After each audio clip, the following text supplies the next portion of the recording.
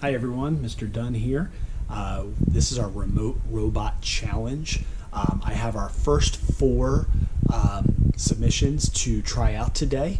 I'm going to be running them and recording them so those who did submit them can see how their program works. This way, if they need to make adjustments, they can and then resubmit. So I do encourage you to. If you haven't done one yet and this sounds like fun and something you want to do, please go to my Google Classroom, and from there you can find the Remote Robot Challenge, and full directions are there, a video is there, and basically you'll use Sphero EDU to create a pretty simple program.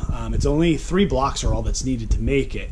The hard part of the program is the math, so I do encourage younger students to team up with parents and family members at home, and older students, it is going to involve some math. You don't want to totally just guess, but there is some guessing involved still because basically, there's a lot of variables involved here, which means there's things that could change, could be different. Robots aren't perfect. They don't run perfectly all the time. So again, just a fun activity here, totally optional, but I want to see what you guys can do. So first up, I have from kindergarten, I have Steven's program to run. So I want to show you how that goes. So let's take a look at that. So here's Rover, here's Steven's program. I'm not going to show you what it says because I don't want to give away his choices here in case it ends up being correct. So I'm going to hit start, and away Rover goes. We got a good start here. It's following this blue line. Remember, it doesn't have to be perfect. We're just trying to stay as close as we can to on it. All right, it turned a little bit early there, as you can see. Not much, though. It was very close, which was well done. Oh, and right here, just a little too soon also until it stopped. So, Steven, on that first turn here, as you can see, we saw it turned a little bit early. I would estimate it was somewhere around 1 foot, maybe as much as 16, somewhere between 12 and 16 inches short. So think about what you should do with your program there to fix that corner. And from the second turn here, you can see where Rover ended up. It almost made it around the corner there, but basically it's about 2 feet short, about 24 inches short. Just an estimate there, but that should help you out in improving the program. Great job.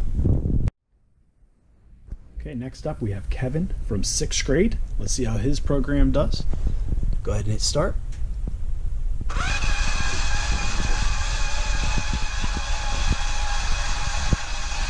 Going well here. Coming up to the corner. Oh, a little short, similar to Steven's. Oh, that was fun. So Kevin, again, a very similar suggestion and situation to Steven's. You were a little bit short on this corner here. Again, somewhere probably in the 1 foot range, maybe at most 1.5 feet right here. And then as you came down, since you were inside this line a little bit here, that's probably what caused it to ultimately overshoot there. So I would probably suggest adjusting that turn back there and then resubmitting and seeing if it fixes this part, because this part actually looked pretty good. Okay, next up I have Caesar from 3rd grade. Let's see what his program does. I'm going to go ahead and hit start.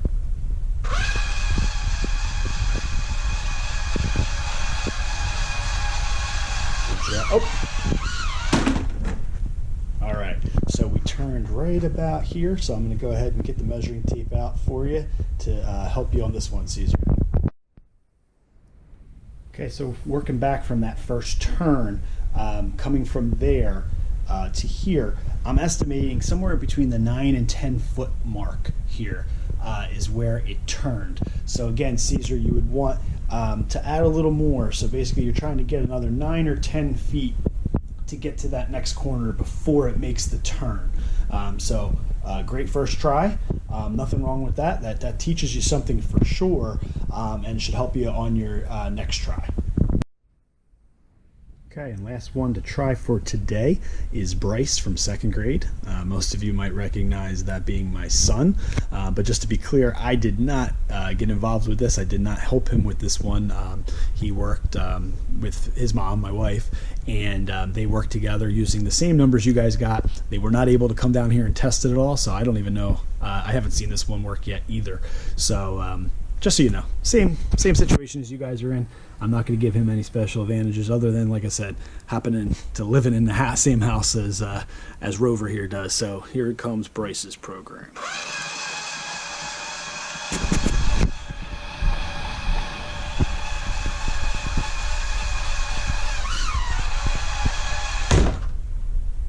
Okay, so you can see where it stopped there. Let's get some measurements out.